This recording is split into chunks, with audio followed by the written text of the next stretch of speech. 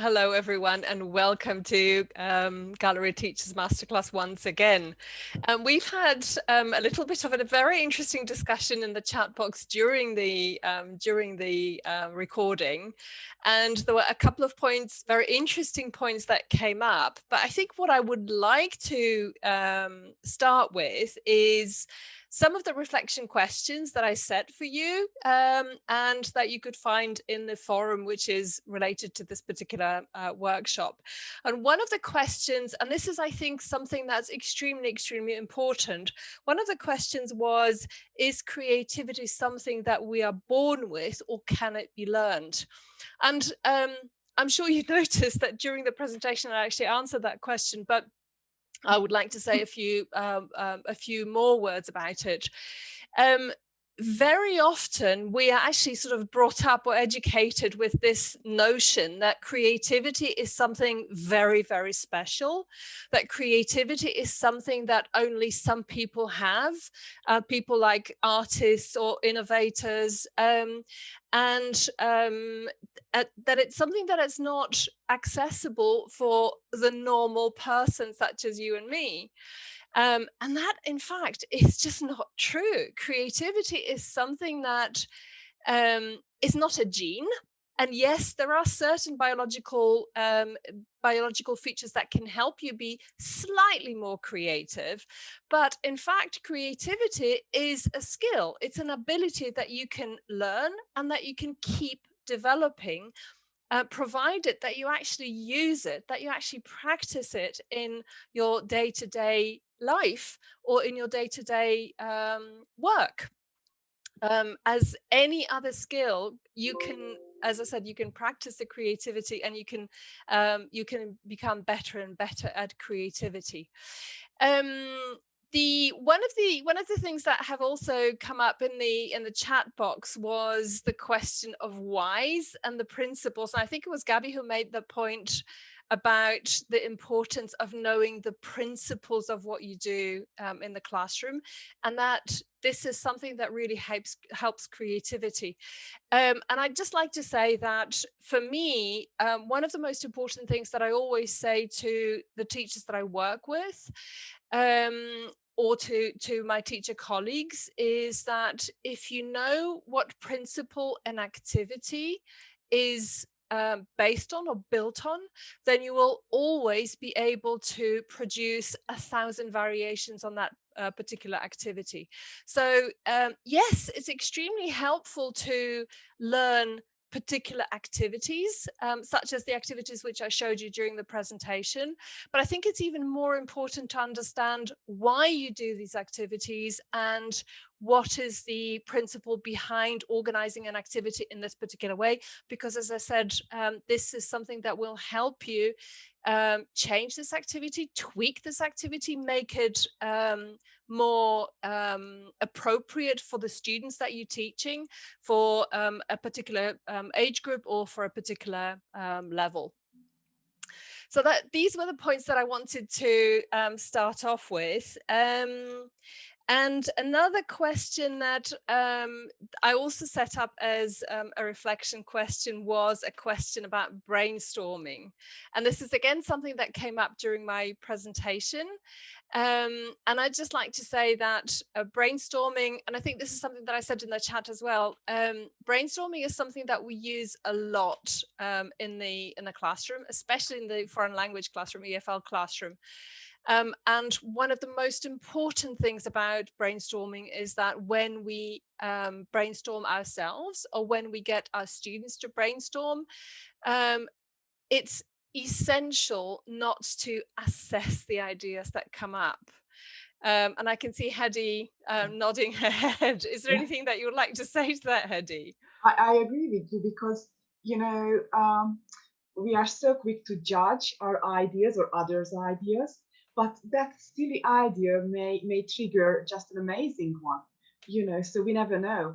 So it's really, I think that in brainstorming, it's whatever comes to your mind, just jot it down, and then, you can just select, the most meaningful ones at a later stage. Yeah, absolutely. I think this is something that's connected with this one of the tips that I also presented in the video, which talks about the fact that when you start generating ideas, don't stop, or when you start brainstorming ideas, don't start at the first 10, because the first couple of ideas are going to be fairly conventional.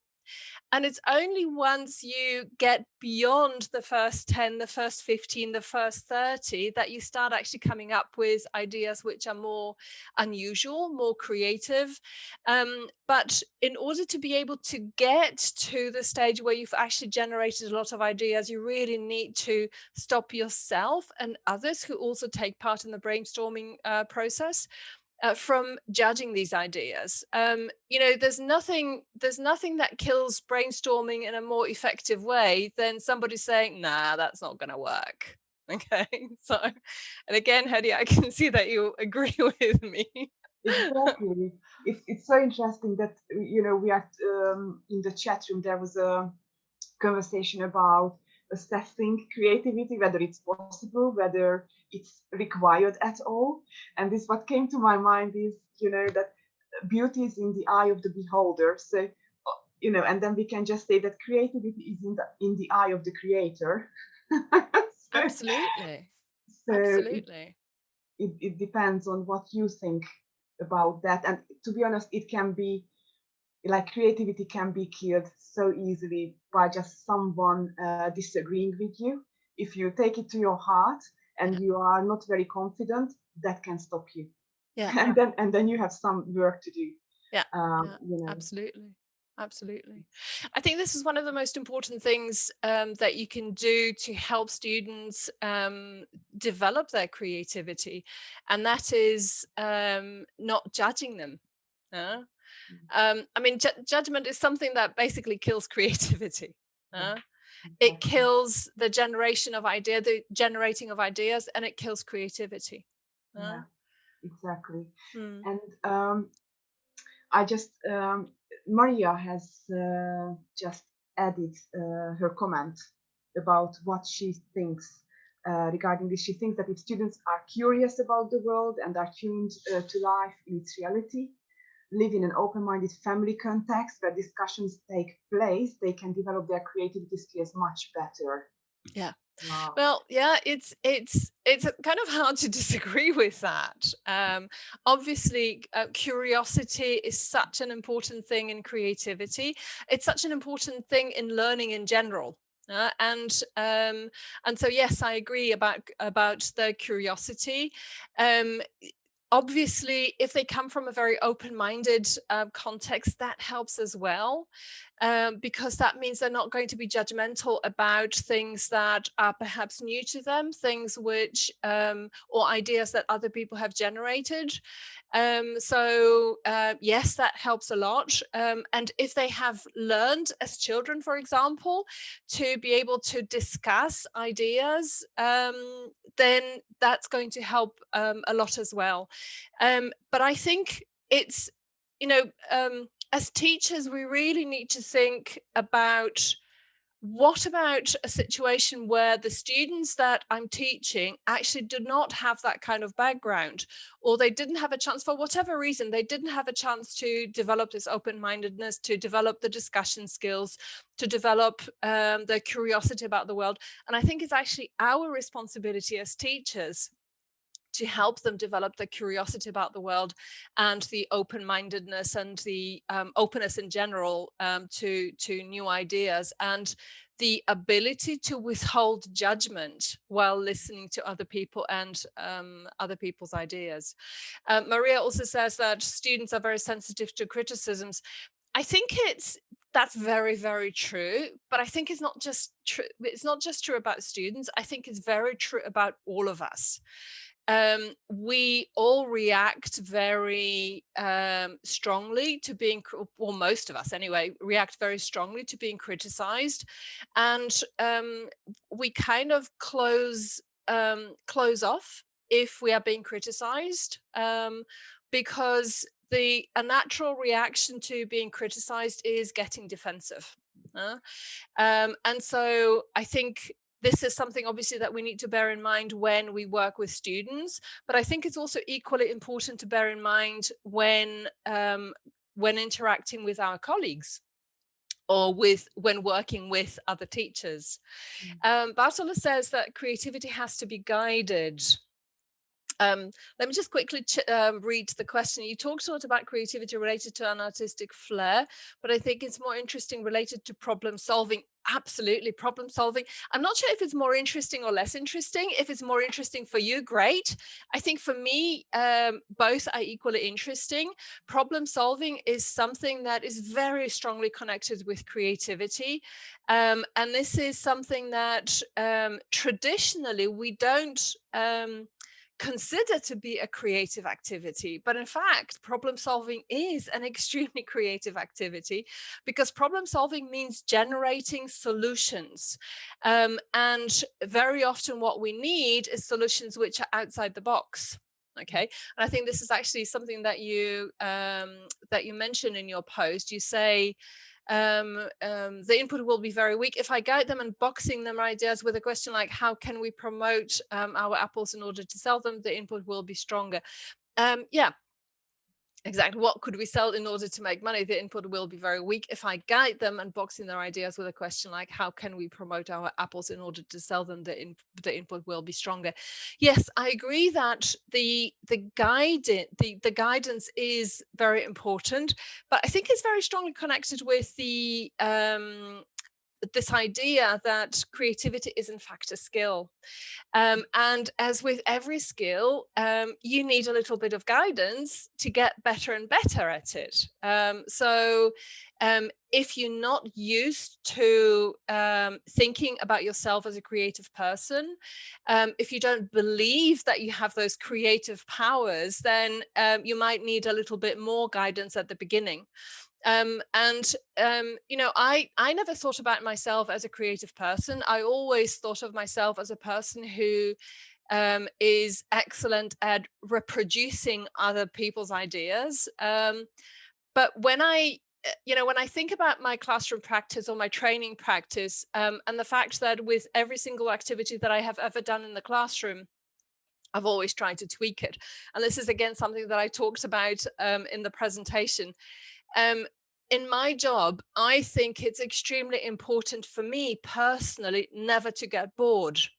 And if I don't want to get bored, I really need to change what I do with every single class that I teach and with every single student that I teach. I want to do things differently. So I do it obviously for the students because I want to be able to meet their needs better, but I also want to do it I do it for myself because I just don't want to be bored with what I do, and I don't want to experience burnout. And burnout happens a lot if you get to the stage where you just keep repeating what you've done before, and you don't see this developing in any way or leading you anywhere. And again, Hedy, I can see you nodding your head a lot. Yeah, I agree with you. I'm a tweaker as well, in the sense that I like modifying things. So as well, and actually, a question came to my mind as we were just talking about these things. Do you think there's a link or different connection between creativity and motivation? I think there is. I think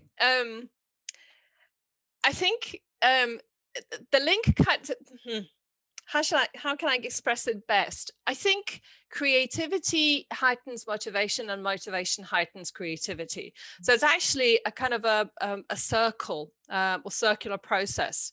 If students are more motivated, and it's the same about teachers. Yeah. So if my students or the teacher, if we are motivated, we're going to be more creative. And the more creative we are, the more fun we have with what's happening in the classroom, the more motivated we're going to be.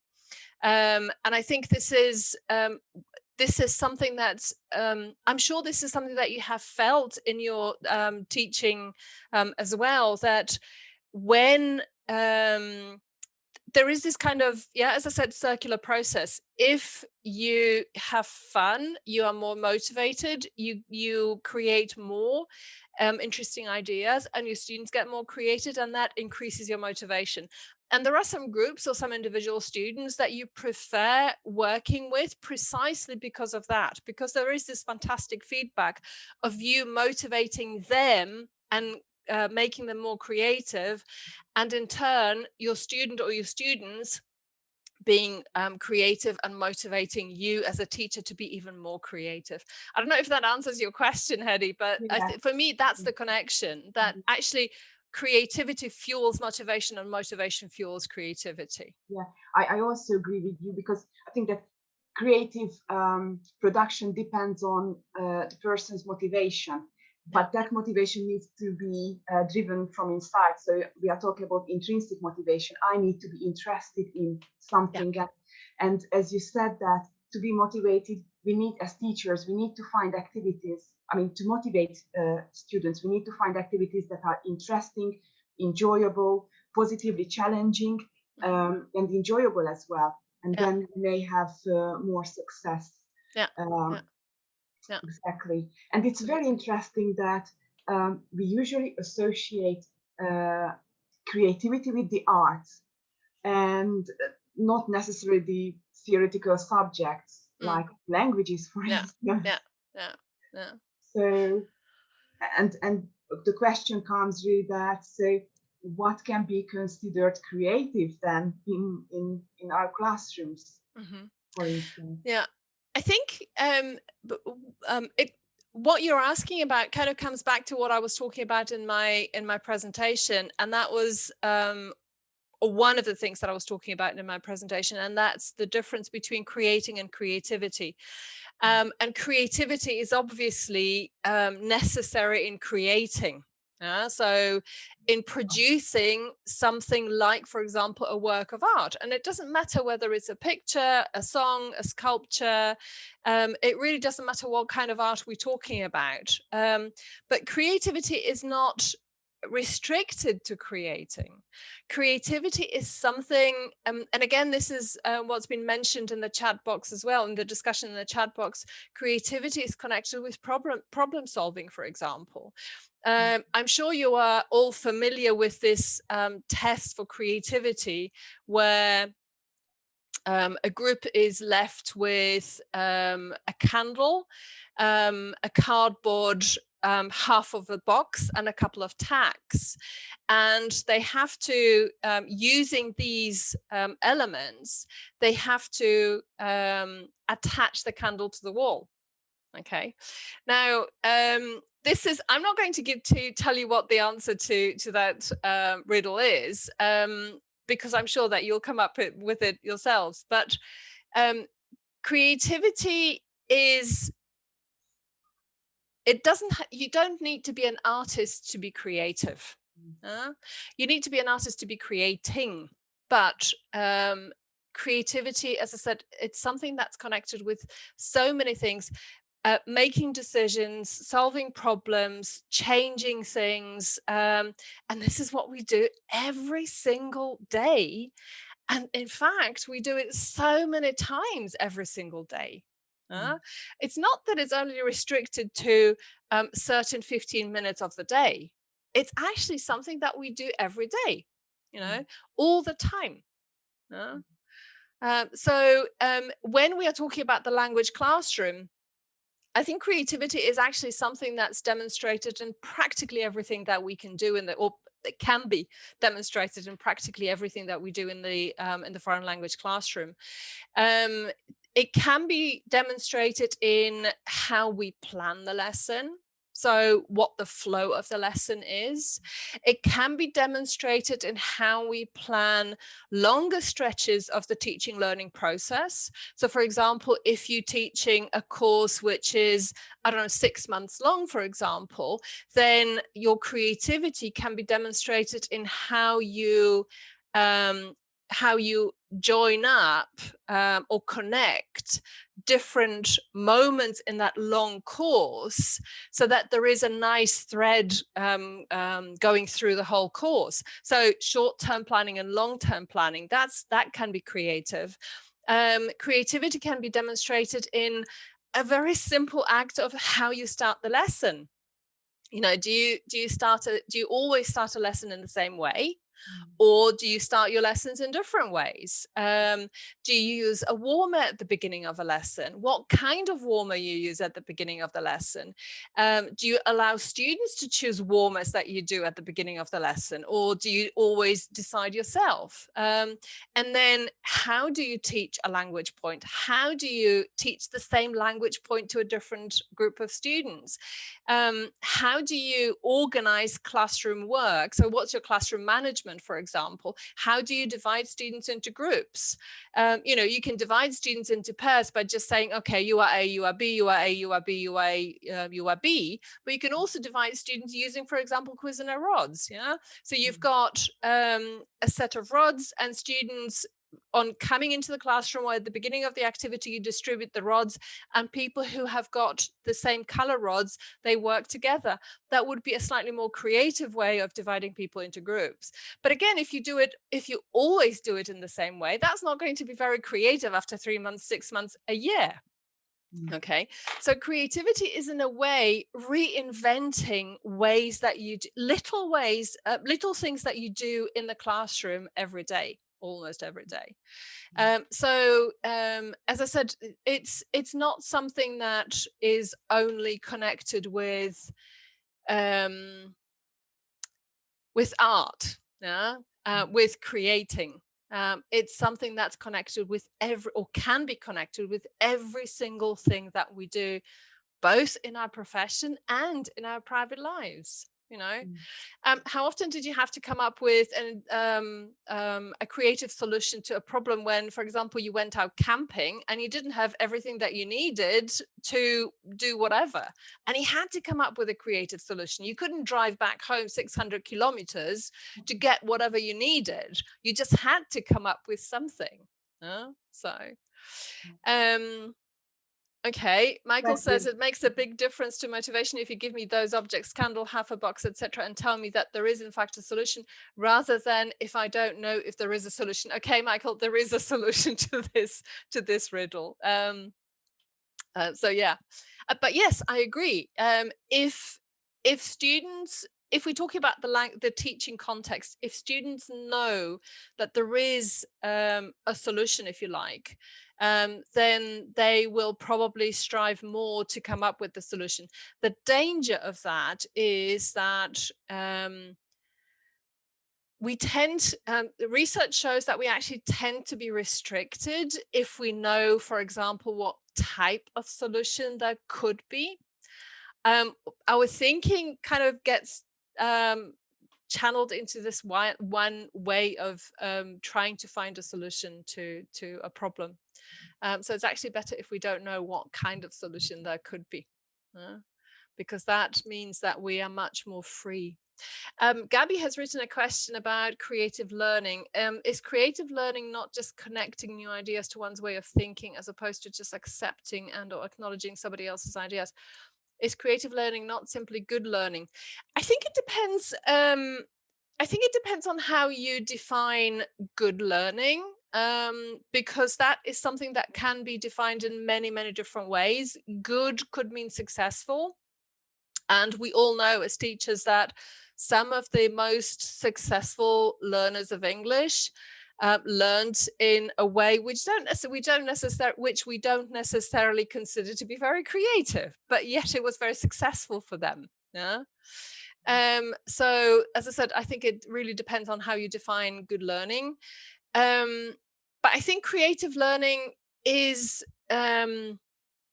finding new ways of looking at what you need to learn, and finding different ways from the ways that you have used before, perhaps, to learn something. But also creative learning really, to a large extent, means knowing what works for you. And if what works for you is a very non-creative way, like, for example, learning by heart, which is something that works for me when I learn a language, learning by heart is absolutely perfect. When I was learning English, when I was a teenager, I actually learned long texts by heart. And it worked for me.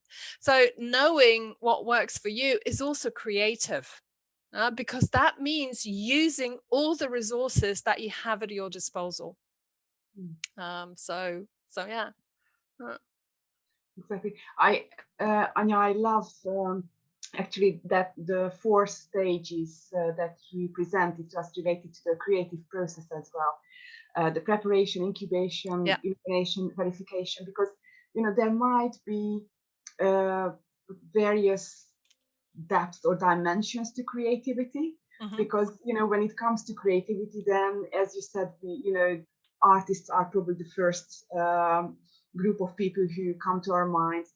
But I don't know, just making, I don't know, a sandwich in the kitchen is creative as well. And so what ideas came to my mind related to those 4 stages that you were talking about in your presentation is that I think that creativity actually comes to us in quiet moments. When do we have the best ideas? It's when we are having a shower or when we are out for a walk and we switch off a little bit.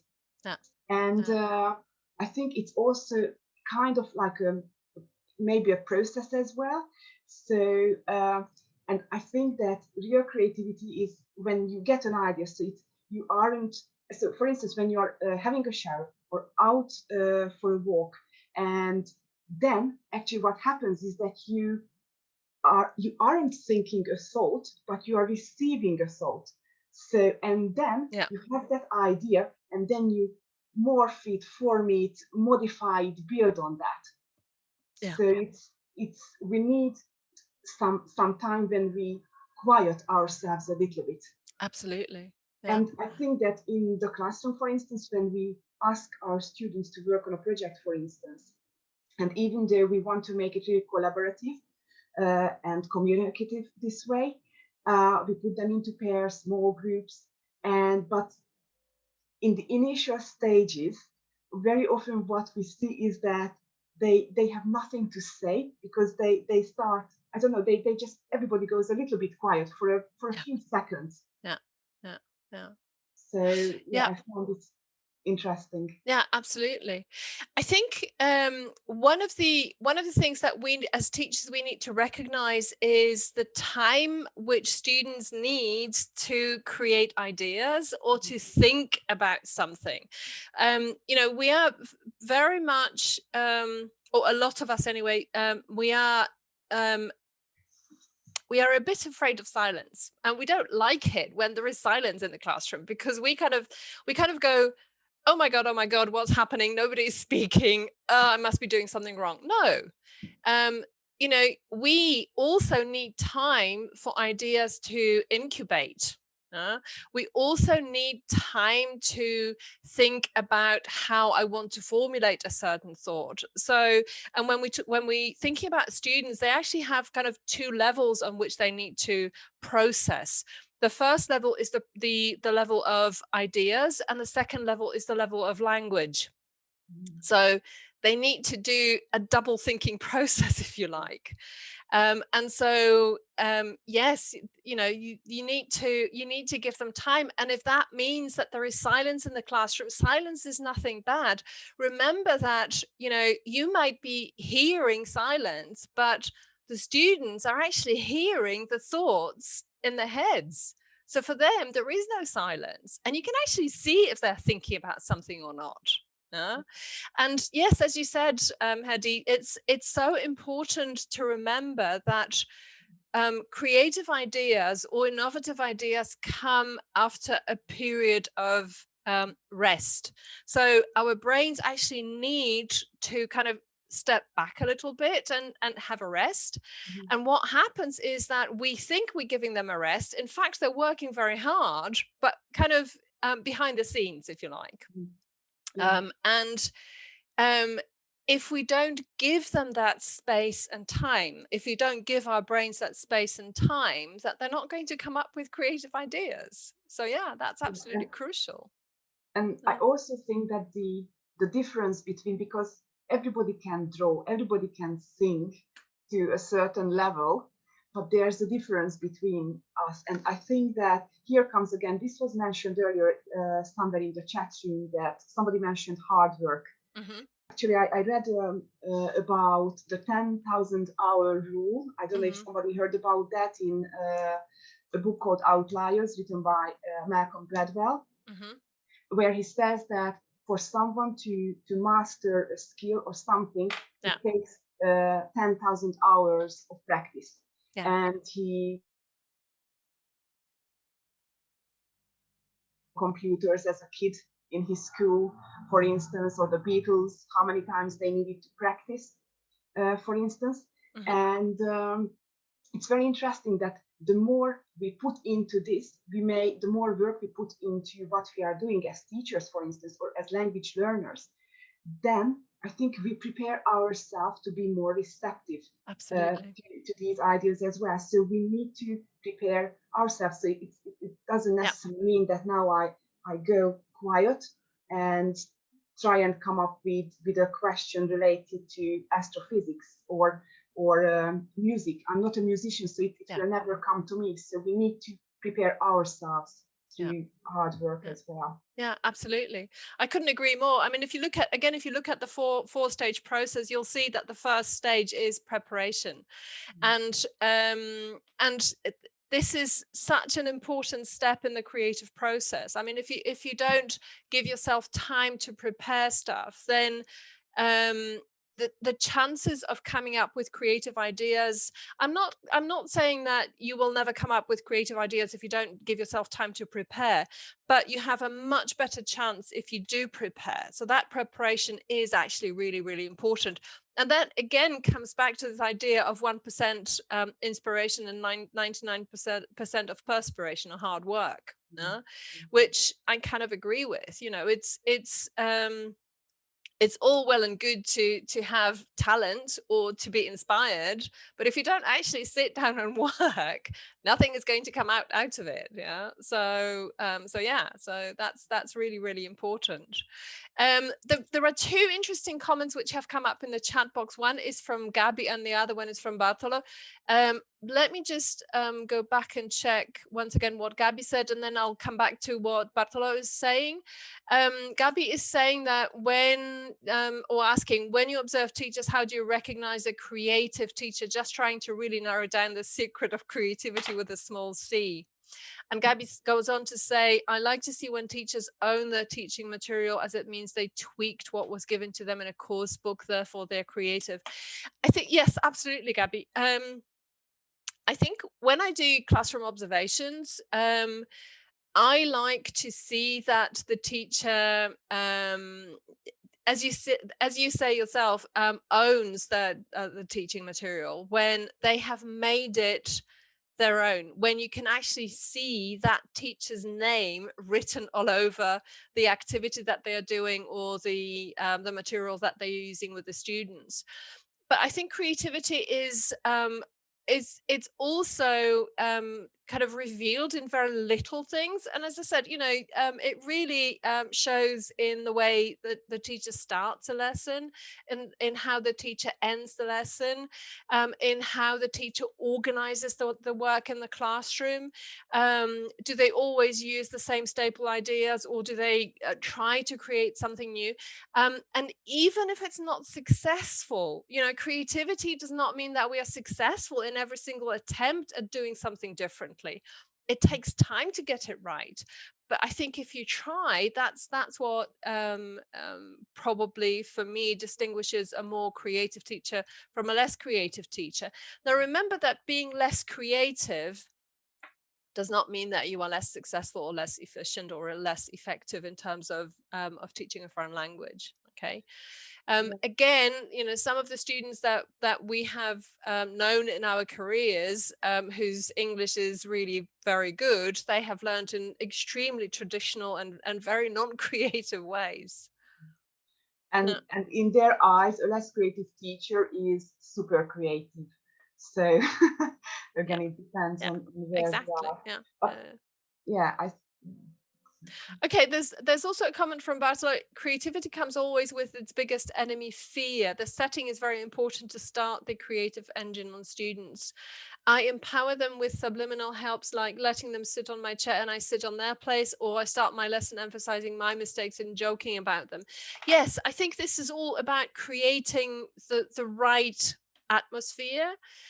Creating an atmosphere which helps them get rid of that fear that you were talking about. And yes, again, it's something that we have mentioned already, and that's this judgment. If you are judged, if you are assessed, and it doesn't matter whether it's in the process of brainstorming it or at any other moment in the creative process, it kind of stops creativity. It kills creativity. It really yeah, kills creativity. And that kind of goes back to what I was talking about in the answer to the question about what Ken Robinson said about schools killing creativity. I think, if we think about the context of education, one of the reasons, and I'm not saying that's the only reason, but one of the reasons why creativity is killed in schools, or in mainstream schools anyway, is that teachers' creativity is well, yeah, let's say it killed, and that is, to a large extent, that actually comes from teachers being put under a lot of pressure, and teachers being judged, and sometimes judged very harshly. I have worked with teachers who, in their previous jobs or in the process of being trained up as teachers, were told, for example, you'll never be a good teacher. If you told something like this, then how can you be creative? You need to overcome that really harsh judgment, or your reaction to that really harsh judgment, in order to awaken the creativity in you. yeah. So yeah. It's um, interesting. I actually don't really agree with the with what has been written, that creativity always comes with fear. I mhm, don't think creative. I don't think you can be creative when you are in fear. So it's maybe the pressure to perform or build something, on your idea, that mhm. that can be associated with Yeah, fear. And yeah, if you are pushed, yeah, to be yeah, creative, and then I'm everything but creative in yeah, that moment. yeah, yeah, yeah, yeah, And Gabi has a really yeah, nice yeah. Gabby question. says, when I train overseas teachers, I often hear voices that using technology is creativity. It always makes me think that teachers often confuse creativity with novelty. How do you feel about it? I think, when we talk about using technology in the process of teaching, especially teaching a foreign language, whether you use technology or not, the principles of what you do in the classroom should remain the same.